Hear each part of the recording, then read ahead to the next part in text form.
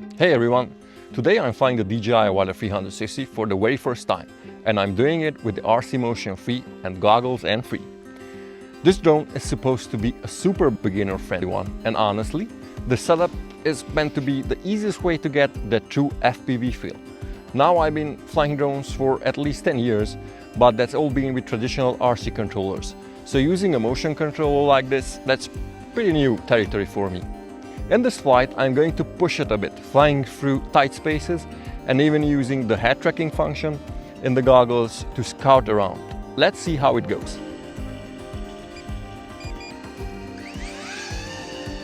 I'm keeping things as simple and beginner-friendly as possible, mainly sticking to automatic settings so you can really see the footage straight out of the camera without any heavy tweaking.